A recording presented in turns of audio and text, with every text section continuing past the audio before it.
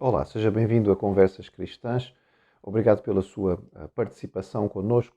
Este é um pequeno comentário das informações, mas pensando do ponto de vista de um cristão. Hoje eu queria pensar rapidamente sobre aquilo que são as ideologias que têm sido aquelas que vêm ganhando força no mundo e pensar nelas dentro da perspectiva daquilo que temos visto constantemente através das informações sobre a guerra na Ucrânia. No meio desta guerra há valores mais altos que se levantam. Nós passamos por uma pandemia, ainda estamos a passar, a pandemia não foi declarada como terminada, apesar de que deixou-se de falar dela, mas no meio da pandemia, sobretudo na sua primeira vaga, não é o primeiro momento de confinamento, houve um recordar destes valores e dos princípios. E o que veio à tona foi essencialmente os princípios mais importantes que dizem respeito à família e à amizade.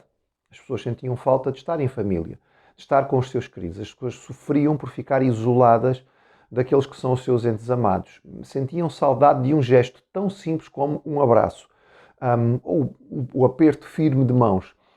Sentiam falta das pessoas com quem podiam estar próximas e com quem podiam partilhar. E isto causou imensos problemas espirituais, psicológicos, que nós ainda estamos a enfrentar.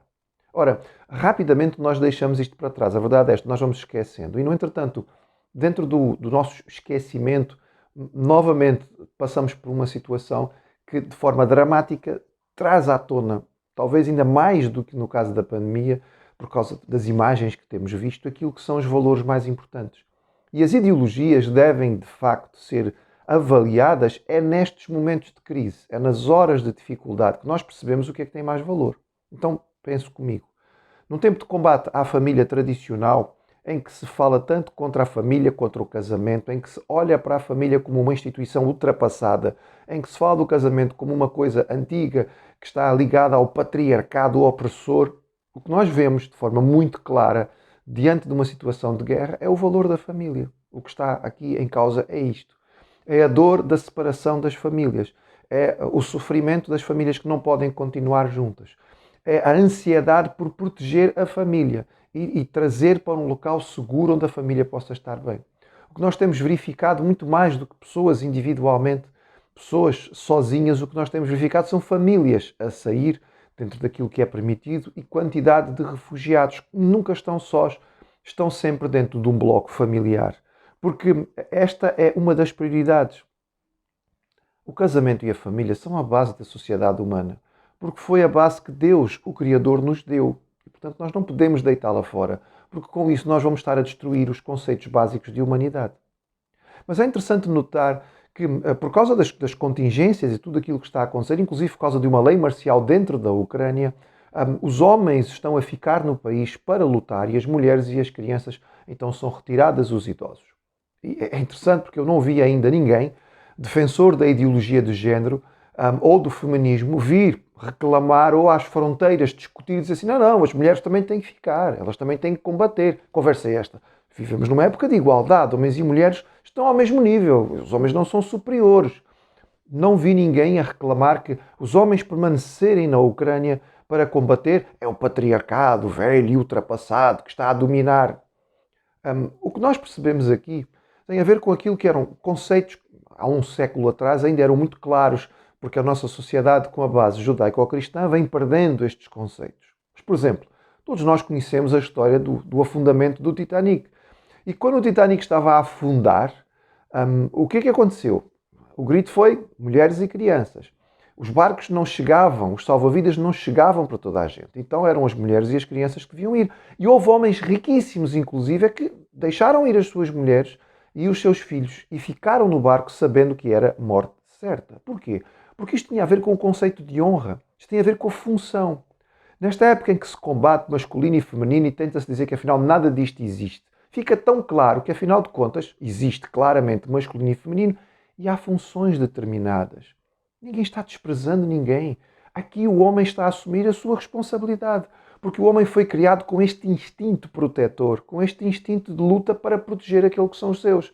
Portanto, é natural que os homens, neste momento de crise, assumam a responsabilidade de colocar as suas famílias a salvo e eles assumirem a responsabilidade do cuidado da proteção. Isto é bom, isto é correto, esta é a maneira certa de fazer as coisas, porque esta é a maneira pela qual fomos criados. Tem a ver com função, tem a ver com responsabilidade. E nós ficamos contentes de ver que, afinal de contas, diante de uma situação destas, estes valores rapidamente vêm à tona e se percebe o que é mais importante. Vivemos numa época de crítica constante da Igreja. Atenção, note bem. Nós aqui também várias vezes temos chamado a atenção para a tristeza que é os abusos feitos em nome da Igreja. Que pessoas que ocupam posições que lhes dão certa facilidade justamente para com populações mais enfraquecidas abusarem desta responsabilidade. Isto é dramático, isto é medonho, isto não tem nada a ver com o cristianismo.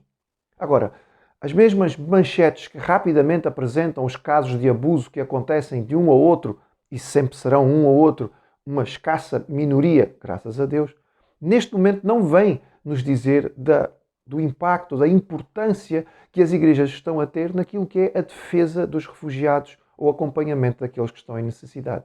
Sim, não são só as igrejas a atuar, mas atenção, grande parte do esforço que está a ser feito pelas igrejas. São elas que se mobilizaram em primeiro momento para poder colocar espaços à disposição, para poder abrir locais onde receber os refugiados e as famílias, para providenciar os primeiros bens, o primeiro alimento, o primeiro conforto, a primeira roupa, o primeiro aquecimento para aqueles que estão a chegar em pleno inverno, atravessando sobretudo as fronteiras da Polónia e da Roménia. O que temos visto são organizações humanitárias de fundo cristão a fazerem um grande esforço para que estes refugiados possam receber aquilo que precisam, e já são mais de 1 milhão. Temos visto mesmo em Portugal uma movimentação para recolha de alimentos, recolha de ajuda médica e farmacêutica, recolha de roupas e envio de dinheiro, e mesmo organizações religiosas nossas a enviarem carrinhas, autocarros para a fronteira, para chegar à Polónia e à Roménia, para poder trazer de lá os familiares daquelas pessoas que moram em Portugal. Mas estas coisas não vão aparecer na manchete. Mas é interessante, não vemos ateus ou agnósticos a tomarem a palavra para defender seja o que for. Porque a filosofia do ateu, a filosofia do agnóstico é pessimista e é derrotista. Fala-nos sobre estarmos aqui por acaso. Não há motivo para estarmos aqui. É tudo relativo. E se tudo é relativo, o que é que nos diz que a Rússia é má? O que é que nos diz que aquilo que está sendo feito pelos russos está errado? E, claro, evidentemente que nós estamos aqui a classificar todos os russos e nem a Rússia. As decisões do governo russo, de Putin, do Kremlin, são erradas. Mas porquê que classificamos Putin como mau? Qual é a base que nós temos para isto? No mundo que defende a teoria da evolução, o relativismo, nada disto devia ser assim. É a posição dele, ele tem direito à dele como temos direito à nossa. Não. Aqui ele não tem direito à dele, porque a dele é maligna, é errada, tem que ser derrotada. E eu concordo consigo se pensa desta maneira, porque temos uma base para pensar nisto. E esta base tem a ver com a consciência. Tem a ver com aquela noção que nos foi deixada pelo Criador de certo e de errado. Não é uma coisa animal, não se desenvolveu com a evolução e não é uma construção social. É algo que vai muito além daquilo que nós podemos perceber na sociedade, que infelizmente perdeu a noção do certo e do errado. É um conceito claro que nos foi colocado pelo Criador no nosso coração.